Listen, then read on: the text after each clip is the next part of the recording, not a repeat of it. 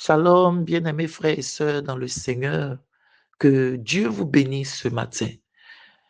Nous sommes reconnaissants à notre Dieu pour notre plateforme du pain quotidien, cette plateforme-là sur laquelle il a suscité des serviteurs pour chaque mois nous entretenir autour d'un thème et nous donner, devoir être rajoutés à notre connaissance de lui par des exhortations, des portions de ses écrits. Nous sommes infiniment reconnaissants à notre Dieu pour cela. Bien-aimés, voici aujourd'hui nous sommes le dernier jour de notre mois. Ce mois-là sur lequel nous avons été entretenus. Ce mois-là sur lequel nous avons été bénis. Ce mois-là sur lequel nous avons compris que nous sommes des personnes dans la vie duquel une amazing grace a été manifestée. Bien-aimés, cette semaine, nous avons eu l'honneur d'être entretenus par des serviteurs et nous avons parlé autour du thème identité restaurée par grâce.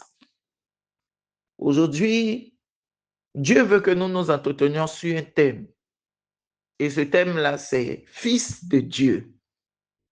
Alléluia. Le texte qui soutient notre thème de ce matin est tiré de Romains, le chapitre 8, le verset 14, qui nous dit « Car tous ceux qui sont conduits par l'Esprit de Dieu sont fils de Dieu. » Donc, pourront s'appeler fils de Dieu ceux qui se laissent conduire par l'Esprit de Dieu. Alléluia.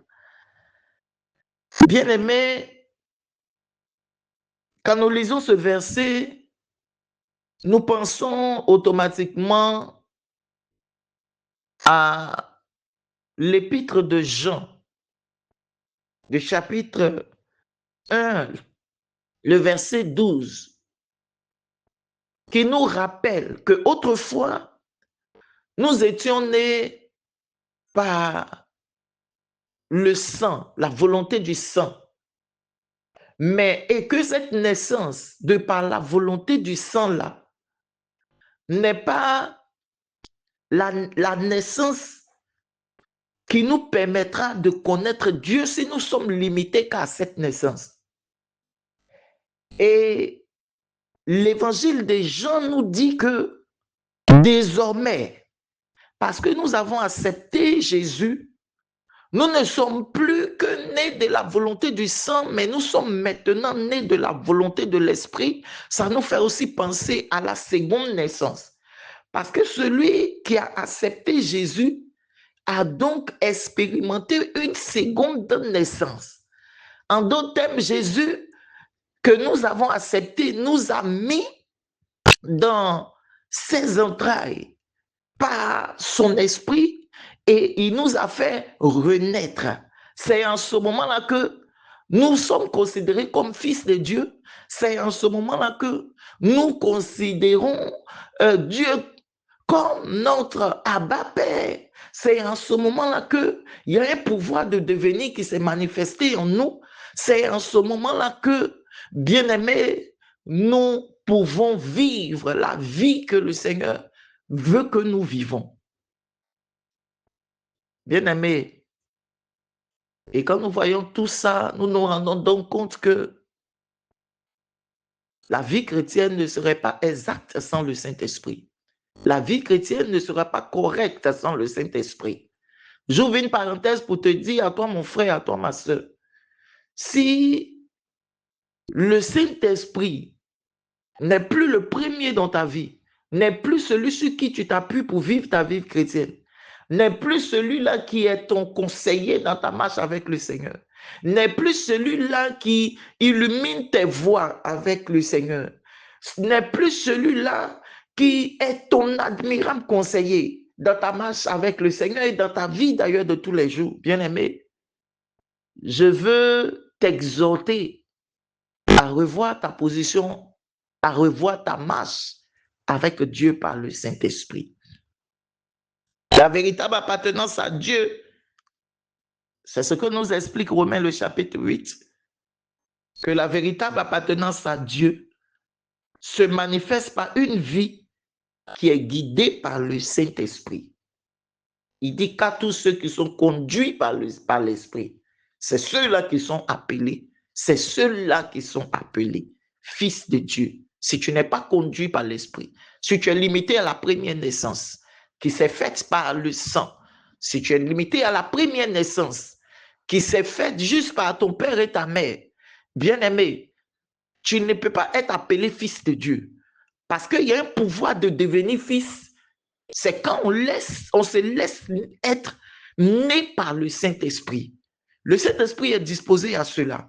Le Saint-Esprit est prêt à cela, à nous prendre de la naissance charnelle et à nous envoyer dans la naissance spirituelle.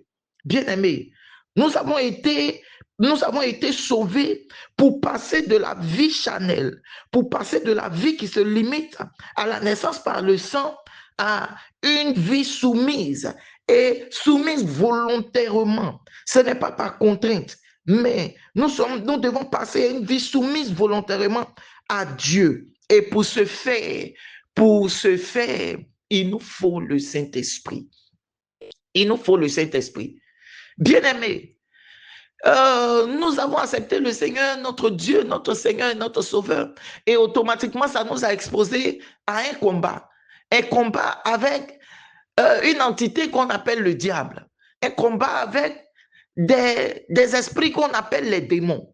Et pour pouvoir réussir, pour pouvoir obtenir la victoire sur le diable, sur le péché, pour pouvoir réussir la victoire sur les démons avec leurs attaques quotidiennes chaque jour, au travail, dans les familles, dans les relations, dans les finances, dans tout. Nous avons besoin du Saint-Esprit. Un merveilleux verset, Romains le chapitre 8, le verset 26 nous dit que quand nous serons faibles, c'est le Saint-Esprit qui va restaurer notre force. Quand nous serons en train de parler à Dieu et que nous ne saurons plus quoi lui dire, c'est le Saint-Esprit qui va nous donner de savoir ce qu'il est convenable de lui demander. Parce que le Saint-Esprit lui-même, il intercède pour nous par des soupirs inexprimables. Oh, quelle grâce!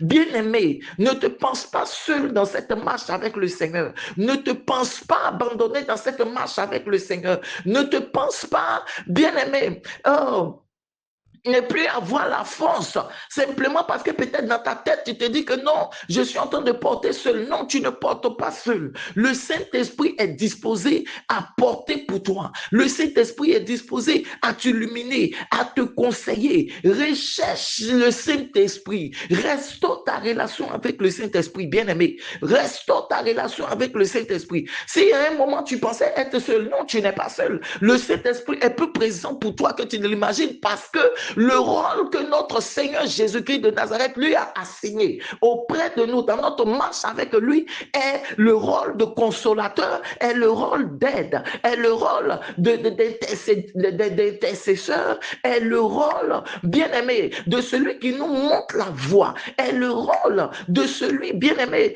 qui nous soutient dans nos faiblesses, qui nous aide. Bien-aimé, restaure ta relation avec le Saint-Esprit. Il faut parler au Saint-Esprit, de sorte à ce que là où tu avais commencé à abandonner, que le Saint-Esprit se manifeste très rapidement parce que c'est à cela que le Seigneur Jésus-Christ de Nazareth l'a envoyé sur la terre, l'a envoyé pour toi. Bien-aimé, le Saint-Esprit est celui qui agit dans la vie de chaque enfant de Dieu de façon personnelle. De façon personnelle, nous pouvons l'expérimenter. Bien aimé, c'est vrai, de façon collective. Mais si tu entretiens ta relation personnelle avec le Saint-Esprit, tu vas voir qu'il est plus réel que tu ne le penses. Le Saint-Esprit, c'est une personne. Il parle, il entend, il agit, il conseille. Le Saint-Esprit rit. Le Saint-Esprit, il guide. Le Saint-Esprit, il montre son amour, bien aimé. Le Saint-Esprit te donne de te sentir aimé et d'être aimé. Le Saint-Esprit, parce qu'il manifeste en toi, oh my God, un amour que tu ne peux même pas décrire. Tu peux être en train de parler et puis tu sens la présence du Saint-Esprit qui te donne de comprendre que tu n'es pas seul. Je suis avec toi, je suis là. C'est juste que tu ne fais pas attention à ma présence. C'est juste que tu ne m'associes pas. Bien-aimé, voici ce que le Saint-Esprit est prêt à nous apporter. Et c'est en ce moment-là que notre identité spirituelle va changer, parce que le Saint-Esprit est là pour nous donner d'appeler notre Dieu Abba Père. Que Dieu nous bénisse ce matin et que la présence du Saint-Esprit soit évidente dans la vie des uns et des autres, parce que nous sommes revêtus d'une nouvelle identité et parce que nous sommes fils de Dieu. Nous ne vivrons plus selon la chair, mais nous vivrons cette nouvelle naissance de conversion et nous deviendrons assurément cette race élue, ce sacerdoce royal, et nous irons tous auprès de notre Père à la fin des choses. Que Dieu vous bénisse au nom de Jésus-Christ de Nazareth. Amen.